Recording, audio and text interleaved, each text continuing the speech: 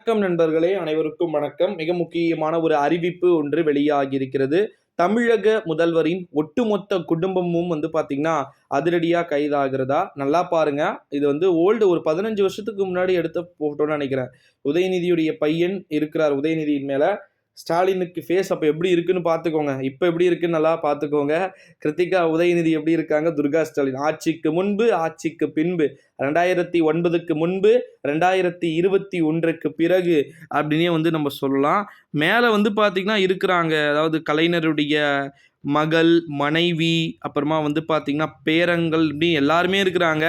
கீழ பார்த்தீங்கன்னா, உதயநிதிக்கு திருமணமாகி 2 வருடத்தில் குழந்தை பிறந்தது. அதாவது 20 வருஷத்துக்கு முன்னாடி பேக் எடுத்த ஃபோட்டோ. 2002லயோ அவ்வளோ எடுத்தது. அப்ப தூக்கி வைத்துக் கொண்டிருப்பவர் யாருன்னா, தற்போதைய 3ஆம் தலைமுறையாக கொண்டிருக்கக்கூடிய இன்பநிதி அப்படின்னே சொல்லலாம். இந்த ஒரு சூழ்நிலையில தான் தமிழக முதலமைச்சர் அவர்களுடைய குடும்பமுமே பார்த்தீங்கன்னா, விரைவில் சிறைக்கு செல்ல போறாங்க. தெலங்கானா முதலமைச்சரை டார்கெட் பண்ணாங்க.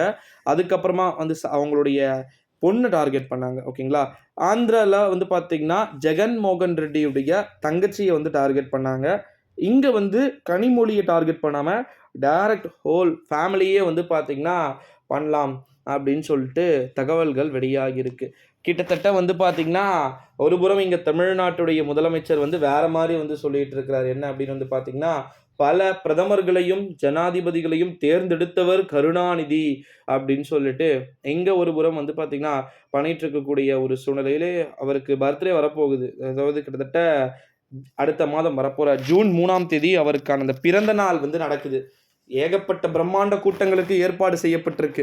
மழையே வந்தாலும், புயலே வந்தாலும் பரவாயில்லன்னு சொல்லிட்டு, தொண்டர்கள் அமரக்கூடிய இடத்தில் கூட மிகப்பெரிய ராட்சச கூடாரங்கள் அமைக்கப்பட்டிருக்கு. கிட்டத்தட்ட 50,000 பேர் கூட உட்காரலாம். மழையே வந்தாலும் எந்த ஒரு பிரச்சனையும் இல்லாம அப்படின்ற மாதிரி பண்ணி கிட்டத்தட்ட பல கோடிகள் செலவு செய்யப்பட்டிருக்கு. மாவட்டத்துக்கு ஒரு இடத்துல ஒரு மீட்டிங் அப்படின்னு சொல்லிட்டு. ஸோ கண்டிப்பாக பல கோடிகள், அதாவது 1000, 2000, 3000 கோடிகள் இறைக்கப்பட்டிருக்கலாம் அப்படின்ற மாதிரி தகவல்கள் வெளியாயிருக்கு. ஸோ இதுக்கெல்லாம் சோர்சஸ் எங்க? ஏஷியாவிலே பார்த்தீங்கன்னா பிக்கஸ்ட்டு ஒரு பிளாக் மணி வச்சுட்டு இருக்கக்கூடிய பிட்காயின் போன்ற பல்வேறு விதமான ஆஸ்திரேலியா கரன்சிகள் அப்படின்னு சொல்லிட்டு ஏகப்பட்ட அமைச்சர்கள் வரைக்குமே வந்துருச்சு. ஸோ இதுக்கெல்லாம் ஆணிவராக இருக்கக்கூடிய இந்த குடும்பத்தை தூக்கிட்டாங்கன்னா முடிஞ்சிச்சு. ஃபஸ்ட்டு அதிமுகவை தான் அழிப்பாங்க, அப்புறமா தான் திமுக. அதிமுகவே ஏற்கனவே பார்த்தீங்கன்னா அழிஞ்சு போய் தான் இருக்குது. செத்த பாம்பை மிதிக்க முடியுமா? ஸோ வெயிட் பண்ணி பார்க்கலாம் நண்பர்களே. அதிமுக முடிச்சதுக்கப்புறம் திமுகவை முடிக்க ட்ரை பண்ணுவாங்க. அது முடிஞ்சு பிஜேபியுடைய ஆக்டிவிட்டீஸ் தான் அப்படி தான் இருக்கும் எப்போவுமே. ஸோ வெயிட் அண்ட் சி என்ன நடக்குது அப்படின்னு சொல்லிட்டு பார்க்கலாம். மறக்காம சேனலை சப்ஸ்கிரைப் பண்ணிக்கோங்க. நன்றி, வணக்கம். இன்னொரு ஒரு இம்பார்ட்டண்ட்டான ஒரு நியூஸ், எலெக்ஷன் கவுண்டிங் டே வரப்போகுது.